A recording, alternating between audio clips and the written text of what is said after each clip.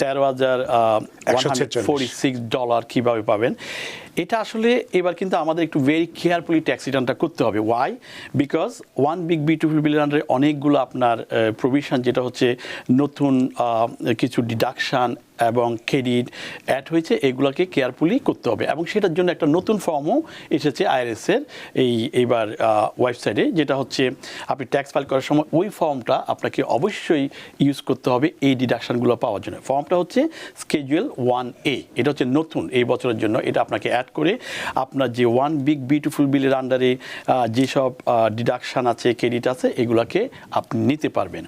নাও আমরা এটাও বলেছি যে $13,146, এখন এটা যদি নিতে যান, পাশাপাশি আমাদের চিন্তা করতে হবে। আপনি জানেন যে রিসেন্টলি যেটা নিউজ হয়েছে যে আমাদের ওয়েলফেয়ার এবং ফুড স্ট্যাম্প বেশি নিচ্ছে বলে, এবং যে বাংলাদেশের যে ইমিগ্রেশন যে ইমিগ্রেন্ট ভিসাগুলো বন্ধ করে সেটা হয়ে যাচ্ছে জানুয়ারির 21 মধ্যে।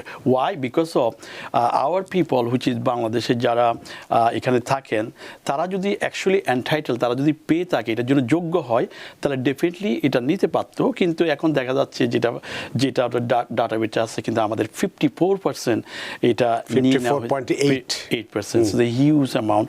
এবং সেই ক্ষেত্রে এটার প্রভাব পড়েছে যে ইমিগ্রেন্ট ভিসাটা বন্ধ হয়ে যাচ্ছে জানুয়ারির 21 থেকে। এটা বন্ধ হয়ে যাবে, কোনো ইমিগ্রেন্ট ভিসা আর ইস্যু হবে না।